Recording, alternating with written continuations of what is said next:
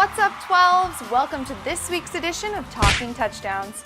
It has been way too long since we've been able to cheer on our beloved Seahawks, but Monday night is right around the corner. Despite coming off of a huge win on Thursday over the Cardinals, the Seahawks are depleted. They have been bit by the injury bug bad. Alas, we've got a Monday Night Football showdown against the Atlanta Falcons, which means it's time to prove we're the top birds. Jimmy Graham is back, y'all!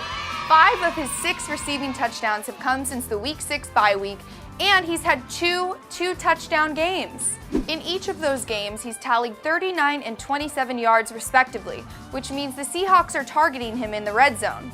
His 6'7" LeBron James type frame makes it a very hard cover for smaller corners, and Russell Wilson is exploiting that. Falcons running back Devonta Freeman will sit out Week 11 and possibly longer after suffering his second concussion of the season.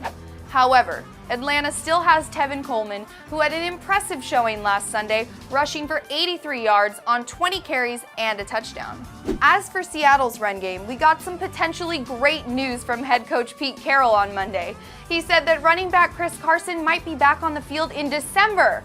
Can I get a hallelujah? Hallelujah. Like I said, the Seahawks are beat up right now. Richard Sherman is out for the remainder of the season with a ruptured Achilles.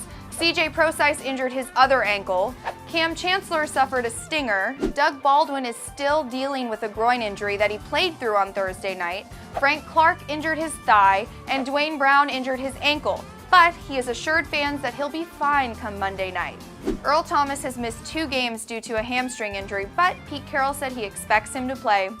Hopefully, these 10 days in between the games will be enough. Despite all of these injuries, the Seahawks have been making moves. They've signed corner Byron Maxwell to replace Richard Sherman, and they've promoted running back Mike Davis from the practice squad to the 53-man roster to replace CJ Prosise. Atlanta's defensive end Adrian Claiborne broke a franchise record with 6 sacks in their victory over the Cowboys. Their front 7 sacked Dak Prescott 8 times. We are familiar with this scenario. We know our offensive line is not great. We know Russell Wilson can scramble. However, even with all that scrambling, he was still sacked 5 times on Thursday night. If Dwayne Brown does in fact sit out due to that ankle injury, we are in trouble. I think home field advantage is going to be a huge help this week. The Seahawks have yet to lose at CenturyLink Field this season, and I don't foresee that happening this week. I'm predicting another victory, boosting our record to 7-3 and inching our way closer to another NFC West title. Go Hawks! Be sure to follow me on Instagram and Twitter at Seahawks FGSN.